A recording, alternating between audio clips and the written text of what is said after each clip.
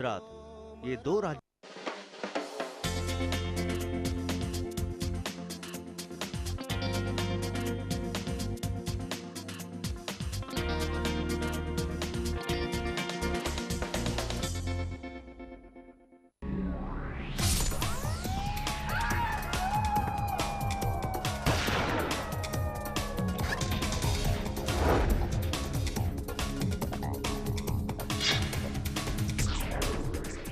नमस्कार, मैं हूं अरुण कौशिक और आप देख रहे हैं क्राइम रिपोर्ट।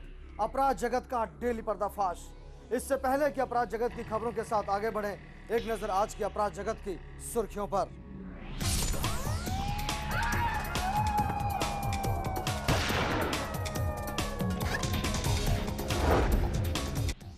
प्रीति जिंटा नेसवाड़िया मामले में नया मोड़, वाड़िया ने जताया अंडरवर्ल्ड से खतरा। प्रेमी ने किया प्रेमिका का काम तमाम और फिर की खुदकुशी की कोशिश।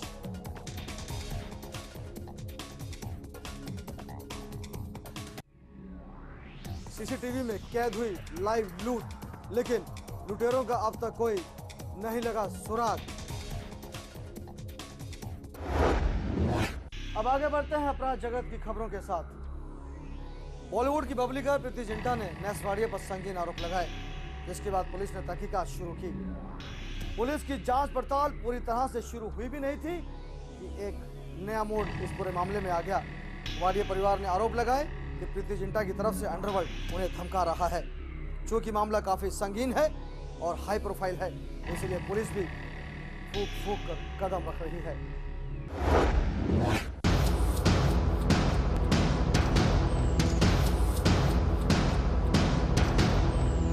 मुंबई के मरीन ड्राइव पुलिस थाने में 12 जून की रात छेड़खानी का मामला दर्ज हुआ, जिसे सुनकर लोग हैरान रह गए। चौंकाने वाली बात भी थी, क्योंकि मामला काफी हाई प्रोफाइल था। जी हां, डिम्पल गर्ल प्रीति जिंटा ने अपने एक्स बॉयफ्रेंड नेसवाड़िया के खिलाफ शारीरिक हिंसा और छेड़खानी का मामला दर्ज कराया है। प्रीति जिंटा की शिकायत के मुताबिक घटना 23 मई 2014 की है, जब मुंबई के वानखेड़े स्टेडियम में चेन्नई सुपर किंग्स और किंग्स 11 पंजाब के बीच मैच चल रहा था। मैच के दौरान नेसवाड़िया प्रीति के पास आए और सबके सामने उनसे गाली गलौज की और उनका हाथ पकड़कर मरोड़ दिया। पुलिस थाने में नेसवाड़िया के खिलाफ आईपीसी की धारा 354, 504 और 506 के तहत मामला दर्ज किया गया है। 30 तारीख को वानखेड़े स्टेडियम में चेन्नई वर्सेस किंग्स 11 पंजाब में मैच थी। किंग्स 11 पंजाब का जो है वो प्रीति जिंटा बॉस है उनकी। उस वक्त प्रीति जिंटा और नेसवाड़िया एक ही साथ बैठे थे। क्रिकेट के दरमियान उन दोनों में कुछ तो भी झगड़ा हो गया। नेसवाड़िया ने उनको बदतमीजी से पेश आया, उनका हाथ पकड़ा और उनको ढकेल दिया और कुछ गंदी बात कही। तो उन्होंने कल 12 तारीख को आके पुलिस स्टेशन में एक कंप्लेंट लेटर दिया उसके खिलाफ, नेसवाड़िया के खिलाफ। तो उसके तहत आज हम लोग ने केस दाखिल किया 13 तारीख को। मॉलेस्टेशन 354, 504, 506 आईपीसी के तहत हम लोगों ने केस दर्ज किया है। चूंकि मामला हाई प्रोफाइल है, इसलिए इस मामले पर महिला आयोग के अध्यक्ष ने साफ कहा है कि मामले की जांच गंभीरता से की जानी चाहिए, ताकि सच्चाई सामने आ सके। पर से ये बात पता चली है कि जो प्रीति जिंटा एक्ट्रेस है, उसके साथ बहुत ही बुरी तरीके से पब्लिक में गैर व्यवहार हुआ है। उसके तहत जो एफआईआर लॉन्च हुआ है 354, 509, 504, 506, इसमें से 354 ये नॉन अवेलेबल है। तो इसके लिए पुलिस क्या कर रही है, 24 आवर्स हो जाने के बाद भी अभी भी पुलिस के यहाँ से कुछ इसके ऊपर कार्रवाई नहीं हुई है। यही पूछने के लिए मैं यहाँ पुलिस स्टेशन आई थी और हमने उनको और 24 आवर्स का अल्टीमेटम दिया हुआ है कि आने वाले 24 घंटे में आपकी जो भी है वो तहकीकात पूरी करके जो आरोपी हैं उन्हें न्यायालय के सामने पेश किया जाए। और उन्होंने कहा है कि आने वाले 24 घंटे में हम ये काम करके जो भी है आरोपी उनको हम न्यायालय के सामने पेश करेंगे। एफआईआर में जो है कि पब्लिक प्लेस पे उनके साथ जो गैर बर्ताव जो किया हुआ है वाड़िया ने, वो उसके बारे में उन्होंने कहा है और उसी के बारे में ये एफआईआर बना हुआ है। और इसके ऊपर पुलिस जो है जल्द से जल्द कार्रवाई करेगी। आने वाले 24 घंटे में आरोपी को गिरफ्तार करने के आदेश जो है पुलिस ने हमें दिए हुए हैं। जो भी इसके लिए कुछ सीसीटीवी फुटेज वहाँ पे जो बात हुई है, जैसे कि प्रीति जिंटा ने अपने स्टेटमेंट में भी कहा है कि ये बात जो है पब्लिक में हुई है, तो उनके लिए जो भी विटनेस है वो आ जाएंगे और सीसीटीवी के फुटेज जो है वो भी पुलिस को मिल जाएगी और उसके ऊपर से जो है उनके ऊपर आगे की कार्रवाई होगी। कि उनके यहाँ से क्या हो रहा है यही पूछने के लिए मैं यहाँ आई हूँ कि अगर 24 घंटे होने के बाद भी अगर गुनाह रजिस्टर्ड होता है तो पुलिस ने अभी तक इसके ऊपर कार्रवाई क्यों नहीं की है, और यही हम पूछने के लिए यहाँ पे आए थे। तो पुलिस ने यही कहा है कि आने वाले 24 घंटे में आपको जो है इसके ऊपर हम क्या कर रहे हैं ये आपको पता लगेगा। कि प्रीति जिंटा हो या और कोई भी महिला हो, महिला के साथ पब्लिक प्लेस में इस प्रकार से दुर्व्यवहार करने की जो सज़ा है वो उन्हें मिलनी चाहिए और पुलिस इसके ऊपर क्या कर रही है इसके ऊपर महिला आयोग का जो है पूरी तरह से मॉनिटरिंग है। नेसवाड़िया मीडिया के सामने तो नहीं आए, लेकिन उन्होंने अपने ऊपर लगे सभी आरोपों को एक सिरे से खारिज कर दिया है। उनका कहना है कि सभी आरोप बेबुनियाद हैं। गौरतलब है कि फिल्म अभिनेत्री प्रीति जिंटा और नेसवाड़िया की करीबियां 2005 में सुर्खियों में आई और दोनों ने खुलकर अपने रिश्तों को कबूल भी किया। नेसवाड़िया देश के बड़े उद्योगपति हैं।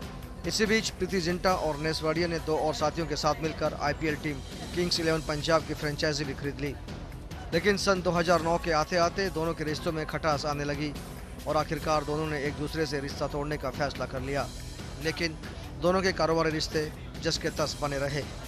लेकिन प्रीति के नए आरोपों ने पूरे मामले को एक नया मोड़ दे दिया है। प्रीति जिंटा नेसवाड़िया मामले में नया मोड़ तब आ गया जब वाड़िया परिवार ने पुलिस में शिकायत दर्ज करवाई कि अंडरवर्ल्ड से उन्हें धमकियां मिल रही हैं।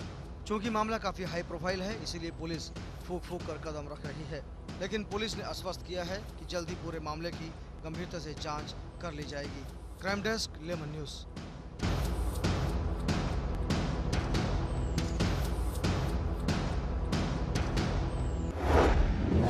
जब प्रेमिका ने शादी करने से इनकार कर दिया तब प्रेमी ने ऐसा कदम उठाया कि पूरा उल्लासनगर सन्न रह गया।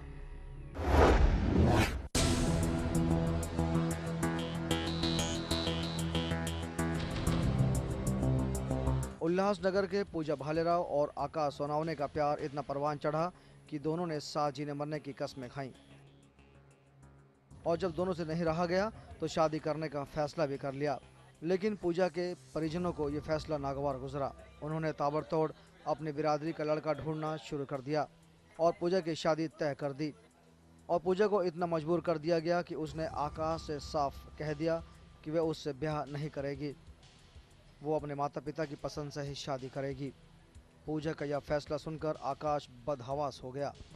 उसने चाकू उठाकर पूजा पर इतने वार किए कि पूजा की मौके पर ही मौत हो गई। नगर 4 मध्ये विठ्ठलवाडी पोलीस स्टेशन अंतर्गत एका मुलीचं लग्न ठरलेलं होतं 1 तारखेला आणि इथे एक सोनवाने नावाचा वालधुनीला राहणारा मुलगा आहे ज्याच्याबरोबर गेल्या काही वर्षापासून त्याचा अफेअर होतं। मुलाच्या वडिलांनी जाऊन यांना मागणी पण घातलेली होती, परंतु काही कारणवश त्यांनी त्यांची त्या मुलाची मागणी नाकारून दुसरीकडे लग्न ठरवलं होतं आणि म्हणून ह्या मुलाने आज येऊन इकडे संध्याकाळी 7-7:30च्या सुमाराला त्या मुलीचा गळा चिरलेला आहे आणि स्वतःचाही गळा चिरून आत्महत्या केलेली आहे। आकाश ने पूजा को मौत के घाट उतारने के बाद खुद पर भी कई घातक वार किए और एक दिन अस्पताल में भर्ती रहने के बाद उसकी भी मौत हो गई। पुलिस ने मामला दर्ज कर लिया है और इस वारदात के पीछे के राज खंगालने में पुलिस जुट गई है। क्राइम रिपोर्ट के लिए उल्लासनगर से अंचल सिंह, लेमन न्यूज़।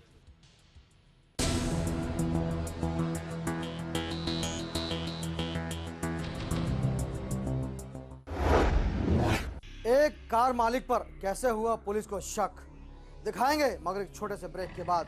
अब देखते रहिए क्राइम रिपोर्ट, अपराध जगत का डेली पर्दाफाश।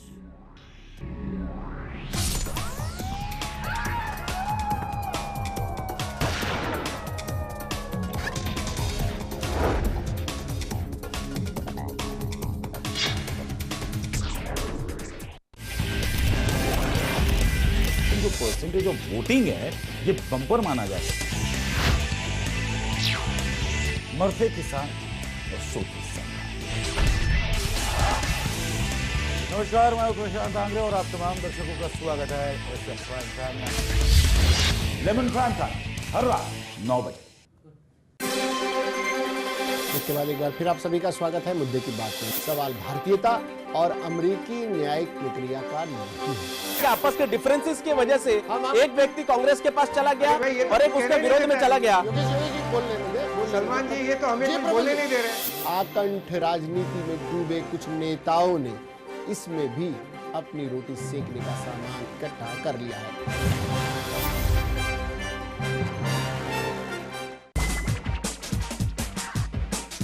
मार्केट समझना नहीं है कोई रॉकेट साइंस। लॉजिकल होते हैं इसके लोज और हाइज। जब अनलॉक होगा ये लॉजिक, तब फिर आपकी इन्वेस्टमेंट्स करेगी मैजिक। बाजार पर होगी बारीक नजर, हर इन्वेस्टर बनेगा सिकंदर जब देखेगा हमारे साथ लेमन्स स्मार्ट इन्वेस्टर।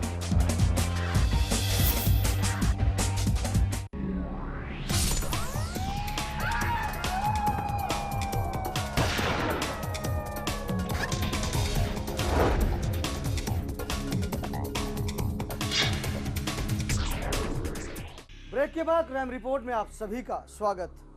राजकोट में चोर डकैतों चक्कों के हौसले इतने बुलंद हैं कि वे सरेआम सरेराह वारदात को अंजाम देने से भी नहीं घबरा रहे। आपको हमारी बात पर यकीन ना हो, लेकिन सीसीटीवी में कैद लुटेरों की ये तस्वीरें चीख चीख कर यही बयां कर रही हैं।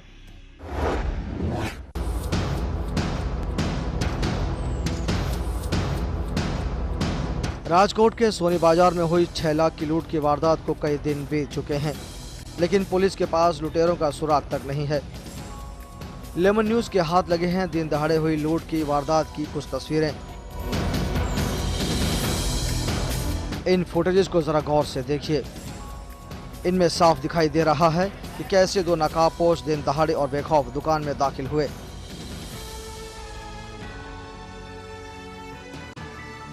और वारदात को चंद मिनटों में अंजाम देकर फरार भी हो गए।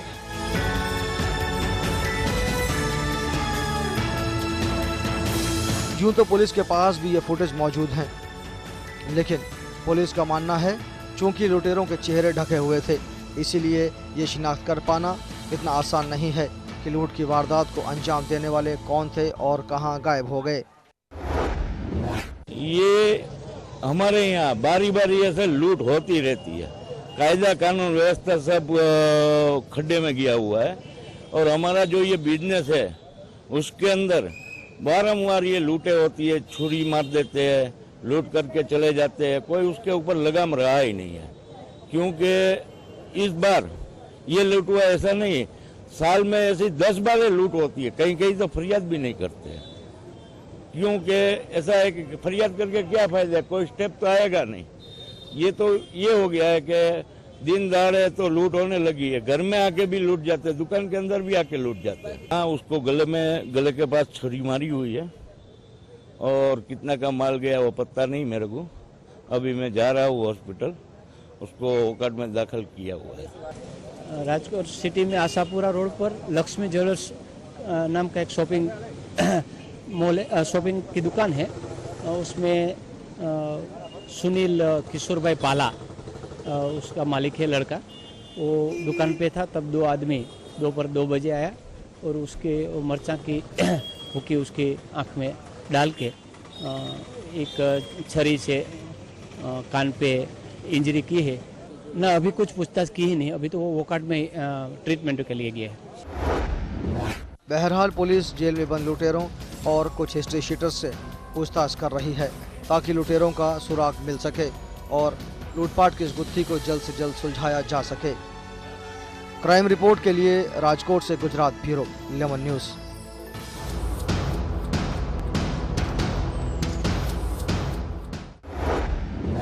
इस शख्स की कार से जब लाखों की चोरी हुई तब इसने पुलिस का दरवाजा खटखटाया। पुलिस ने शिकायत दर्ज की, लेकिन पता नहीं क्यों पुलिस को लगा कि दाल में काला है। पुलिस को कार मालिक पर ही शक हो गया। वारदात नवी मुंबई की है।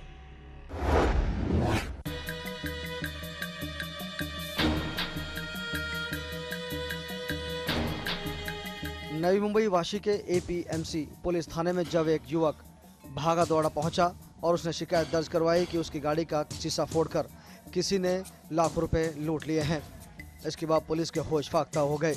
पुलिस ने ताबड़तोड़ इलाके की घेराबंदी की और कार का पंचनामा कर कार को थाने लाया गया। पुलिस ने अज्ञात लुटेरों के खिलाफ मामला दर्ज कर लिया और अपनी तफ्तीश शुरू कर दी।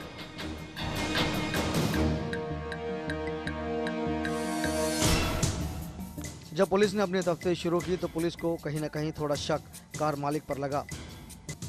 वो इसीलिए कि जहां रुपए छुपाए गए थे वो जगह सिर्फ कार मालिक को ही पता थी। इसके अलावा कुछ और सबूत इस ओर इशारा कर रहे हैं कि कहीं न कहीं वो दाल में काला जरूर है।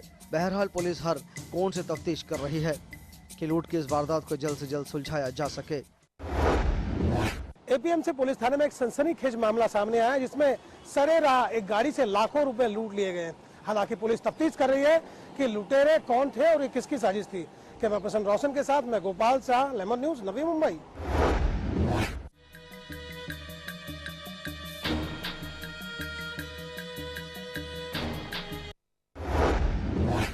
मुंबई के एक उपनगर की पुलिस नींद से जागना ही नहीं चाहती। देखना चाहते हैं कि कहां की है वो पुलिस, तो रहिएगा मेरे साथ, दिखाएंगे मगर एक छोटे से ब्रेक के बाद।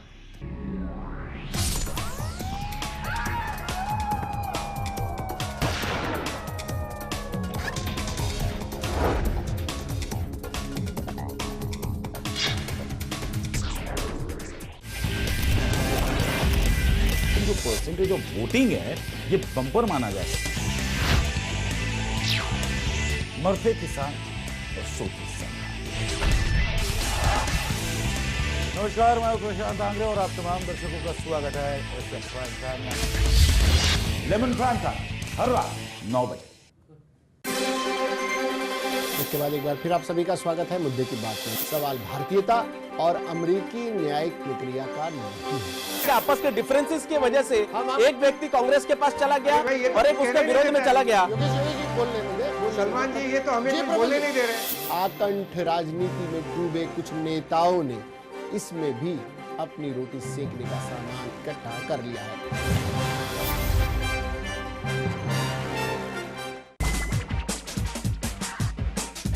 मार्केट समझना नहीं है कोई रॉकेट साइंस। लॉजिकल होते हैं इसके लोज और हाइज। जब अनलॉक होगा ये लॉजिक, तब फिर आपकी इन्वेस्टमेंट्स करेगी मैजिक। बाजार पर होगी बारीक नजर, हर इन्वेस्टर बनेगा सिकंदर जब देखेगा हमारे साथ लेमन्स स्मार्ट इन्वेस्टर।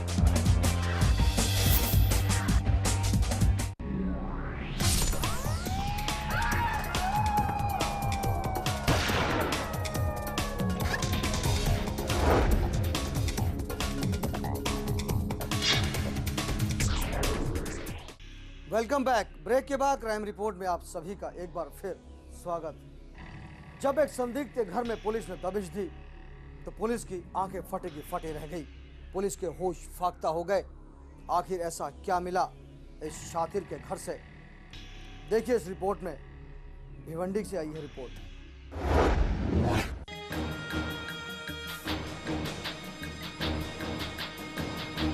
भिवंडी की शांतिनगर पुलिस को एक मुखबिर से खबर मिली कि आफ्ताब अंसारी नामक युवक के घर पिछले कुछ दिनों से कुछ संदिग्ध लोगों का आना जाना लगा हुआ है।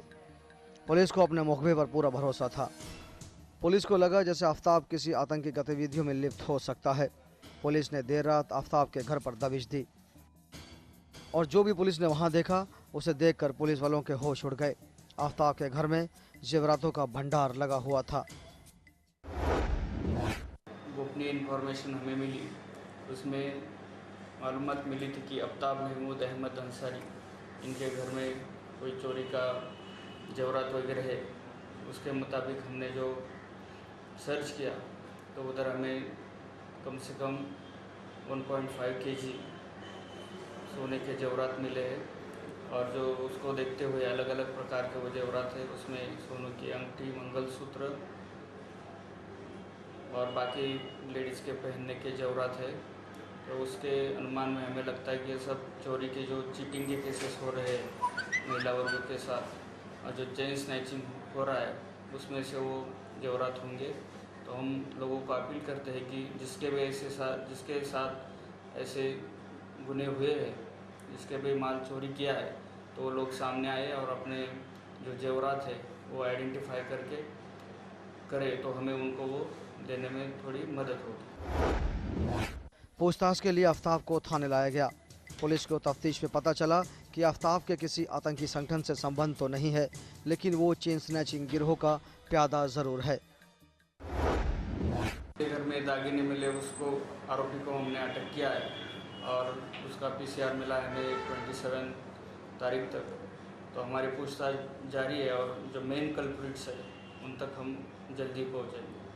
आरोपी से पूछताछ चालू है, लेकिन इस वक्त कुछ डिस्क्लोज करना उचित नहीं होगा। लेकिन हम कॉन्फिडेंट है कि जो मुख्य आरोपी है उनसे हम जल्दी पकड़ेंगे।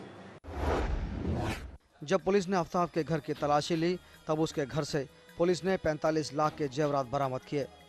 अब पुलिस ये पता लगाने में लगी हुई है कि इसके गैंग में कितने और बदमाश हैं और कौन गिरोह का सरगना है।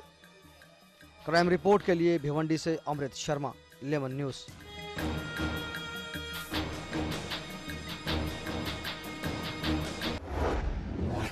जब जब पुलिस ने वारदातों पर अंकुश लगाने के दावे किए तब तक अपराधों का ग्राफ बढ़ता चला गया।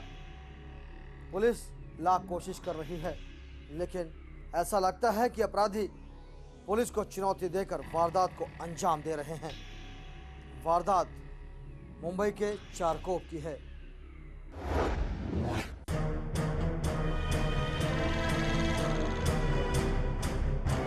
कांदिवली के चारकोप के लोग इस दिन खासे परेशान हैं। उनकी परेशानी का सबब है यहाँ बढ़ रही चोरी की वारदातें। पुलिस एक वारदात की गुत्थी सुलझाने के दावे करती है तो दूसरी चोरी की वारदात उनके सामने मुंह खड़ी हो जाती है। देर रात को चोरों ने 2 मोबाइल शॉप में अपना हाथ साफ कर दिया और वहां से तकरीबन 11 लाख का माल लेकर फरार हो गए। आज ये मैं जब घर पे सुबह 9:30 बजे तैयार हो रहा था, यहाँ आसपास में पड़ोस में लोग सब जमा हो गए। उन्होंने फ़ोन करके मेरे को बताया, बाजू वाली दुकान का स्टाफ भी आ गया था। उन्होंने मेरे को फ़ोन करके बोला कि आपकी दुकान के ताले टूटे, जल्दी आओ। मैं जैसे ही दुकान पे आया, आके देखा तो होश उड़ गए, ताला एक भी नहीं, 4 ताले गायब। पड़ोस की दुकान के 6 के 6 ताले गायब। फिर हम लोग यहाँ जमा होके फिर चौकी में गए, वहाँ पे उन्होंने कंप्लेंट लिखाया। फिर उनको हम लेके आए और अंदाज से हमारा 6-7 लाख रुपए का नुकसान हुआ है। चारकोप में चोरी की ये कोई पहली वारदात नहीं है। इससे पहले चोरी की कई वारदातें हो चुकी हैं, लेकिन पुलिस एक भी मामले को सुलझा नहीं पाई है। ये बात अलग है कि पुलिस हर वारदात के बाद जल्द मामले के सुलझाने के दावे जरूर करती है, लेकिन पुलिस के सभी दावे हमेशा की तरह खोखले ही साबित हो रहे हैं। ये तीसरी घटना है सर, 8-10 दिन के अंदर ये तीसरी घटना है। क्या पुलिस इसमें किसकी जिम्मेदारी है? आप किसको कमी मानते हैं? पुलिस की कमी है कि अब ऐसी घटना हो रही है? पुलिस अगर जागरूक रहती है तो कम से कम रिपीट तो नहीं होवे ऐसा काम। अगर पुलिस की और बीट भी हमारे सामने, पूरे दिन पुलिस बैठा रहता है, सामने मेडिकल स्टोर है, लेकिन पुलिस का भी इतना अभी मालूम नहीं क्या हो रहा है। अब इस नई वारदात के बाद पुलिस में फिर जोश भरा है। पुलिस जल्द चोरों को गिरफ्तार करने के दावे कर रही है, लेकिन हकीकत ये भी है कि पुलिस के पास चोरों को अब तक एक भी सुराग नहीं है। क्राइम रिपोर्ट के लिए मुंबई से प्रदीप शर्मा, लेमन न्यूज़।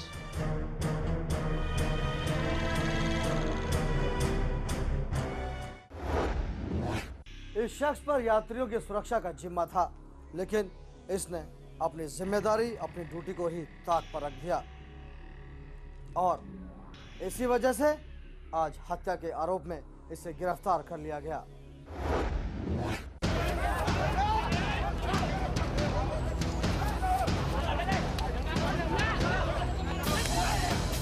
जिस शख्स को लोग बेरहमी से मार रहे हैं और जिसे पुलिस बचाने में लगी है, दरअसल ये ना तो कोई वीआईपी है और ना ही वीवीआईपी। दरअसल ये एक टिकट चेकर है और इसका नाम है संपत सोलंखे। जी हाँ, अब आपको बताते हैं कि आखिर जनता इस पर क्यों पिल पड़ी। वारदात जलगांव रेलवे स्टेशन की है, जब एक महिला टिकट लेकर ट्रेन में चढ़ने को सवार हुई। इन महाशय ने उस महिला को चलती ट्रेन से धक्का दे दिया और इस महिला की गिरकर मौत हो गई। इसके बाद जनता आग बबूला हो गई और टिकट चेकर साहब को वहीं दबोच लिया गया। जमकर धुलाई की गई। रेलवे सुरक्षा बल के जवान भी पहुंचे, लेकिन तब तक टिकट चेकर की जमकर धुलाई हो चुकी थी। आज दिनांक 29/5/2014 में जनता एक्सप्रेसमध्ये चढने के लिए 32 इयर्स उज्ज्वला पांड्यानी चढ़ताना उसी टाइम ये टीसी सालुंके वो गेटवर उभे रहता, उन्होंने चढ़ने नहीं दिया आणि ढकलून दिया असा कंप्लेंट उसका बहिनीची मुलगाने दिया है, उसमें से हमने अभी एफआयआर दाखल किया है. अभी टीसी पण आमच्या कस्टडीमध्ये आहे आणि आम्ही व्यवस्थित एफआयआर ड्राफ्ट केलेली आणि कारवाई करून घेतो. आर्टिकलचं 304A दाखल किया है. उन्होंने नेग्लिजेंट किया, सहकार्य नहीं किया करताना, इसलिए 304A दाखल किया. टीसी कस्टडी में. दरअसल मृतक महिला का नाम उज्ज्वल पांड्या था. महिला टिकट लेकर प्लेटफॉर्म पर पहुंची थी कि जिस गाड़ी में उसे जाना था वे गाड़ी प्लेटफॉर्म से चलने को तैयार थी. उसने अपने सामान और बच्चों को डिब्बे में पहले ही चढ़ा दिया, लेकिन जब वो खुद चढ़ने लगी तो टिकट चेकर संपत सोलंके ने उसे धक्का दे दिया. प्लेटफॉर्म पर गिरने से उसकी मौत हो गई. उज्ज्वला पांड्या बच्चों के साथ खंडवा जा रही थी. वहां से वो इंदौर जाने वाली थी जहां पर उसका मायका था, लेकिन शायद किस्मत का कुछ और ही मंजूर था. प्लेटफॉर्म पर गिरने के बाद उसकी मौत हो गई. ताबड़तोड़ उसे अस्पताल पहुंचाया गया, लेकिन तब तक वो दम तोड़ चुकी थी.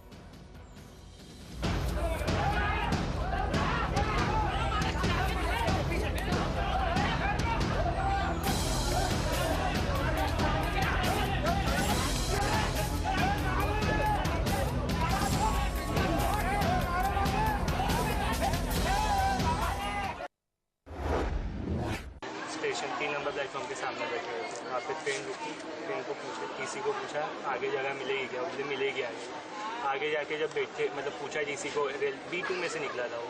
B2 में से जब वो निकला तब उसे पूछा था दीदी से कि तू बैठने देगा क्या, तो उसने हाँ बोला था कि आप बैठ सकते हो अंदर. तो तब उसने दोनों जो बच्चियों को बैठाया अंदर, बैठा तो दिया अंदर, पर उसके बाद में ऐसा हुआ कि दोनों बच्चे बैठने के बाद में ट्रेन एकदम से स्टार्ट हो गई. तो ट्रेन स्टार्ट होने के बाद में दीदी चढ़ी वहाँ पे. चढ़ने के बाद में भी उसने यही किया, मतलब चढ़ने नहीं दे रहा था, हाथ दे रहा था, बोले हाथ दो. दीदी बोले मैं चढ़ती हूँ, तो भी सुना नहीं उसने. हाथ दो ही करा लास्ट तक. गिरने के बाद में भी वो मतलब वैसा भगा, उसने सबने देखा, हमने देखा, उसे गिराया. उसके बाद में भी वो ऐसा बोल रहा था कि मतलब वो वहाँ से फरार ही हो गया डायरेक्ट, दिखा ही नहीं. उसके बाद में पैंट्री कार में जाने के बाद में मिला वो, मेरे अंकल वगैरह आए थे, उन्होंने सबने ढूंढा उसे. बहुत पूरी तरह से पुलिस उसे बचाने की कोशिश कर रही है.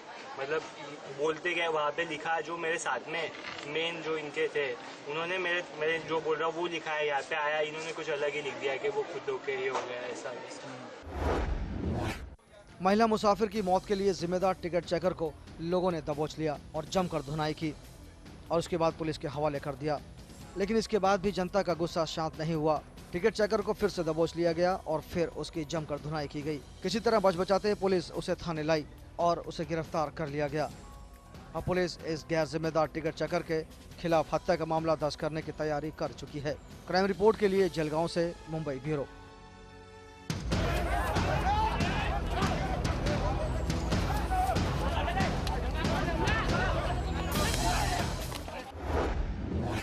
क्राइम रिपोर्ट में आज बस इतना ही. अब आपसे कल होगी मुलाकात. तब तक रहें होशियार, ना दें अफवाहों पर ध्यान और लड़ते रहें जुर्म से. हम हैं आपके साथ. अब देखते रहें क्राइम रिपोर्ट, अपराध जगत का डेली पर्दाफाश. क्राइम रिपोर्ट की पूरी टीम के साथ अरुण कौशिक को दीजिए इजाजत.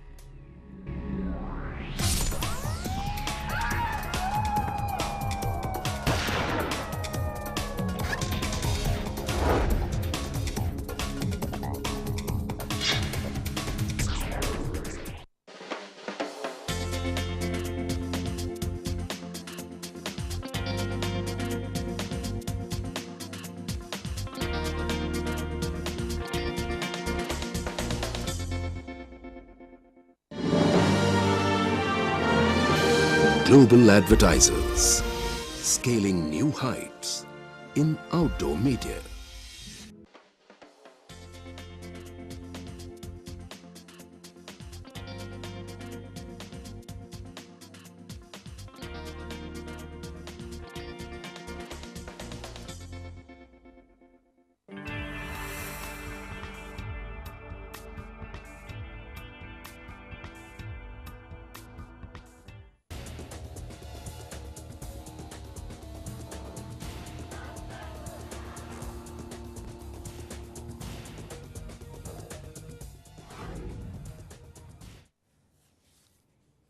लेमन न्यूज में आप सभी का स्वागत है. मैं हूं सैयद सलमान और आप देख रहे हैं मुद्दे की बात आज प्रीति जिंटा की. प्रीति जिंटा ने जब से आरोप नेस वाडिया पर लगाए हैं तब से नेस वाडिया, प्रीति जिंटा और वाडिया परिवार चर्चा में बना हुआ है।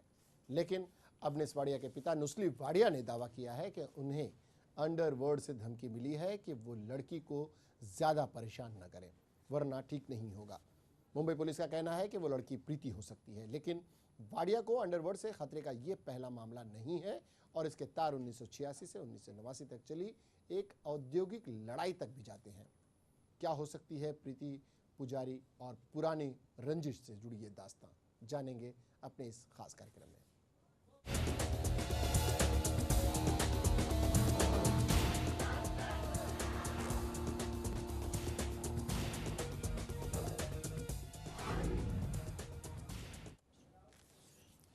हम चर्चा को आगे बढ़ाएं इससे पहले आपको दिखाते हैं नेस वाडिया के पिता से जुड़ी खबर। नेस वाडिया के पिता नुस्ली वाडिया ने मुंबई पुलिस के पास शिकायत दर्ज कराई है कि उन्हें अंडरवर्ल्ड से धमकियां मिल रही हैं और धमकी देने वालों ने अपना नाम डॉन रवि पुजारी बताया है। वाडिया परिवार को अंडरवर्ल्ड से धमकी मिलने का ये पहला मामला नहीं है और इसके तार 1989 में चरम पर पहुंची एक औद्योगिक लड़ाई से भी जुड़ते नजर आ रहे हैं।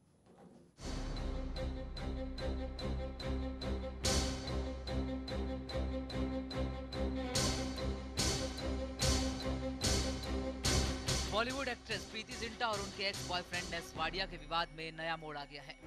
वाडिया परिवार ने पुलिस में शिकायत दर्ज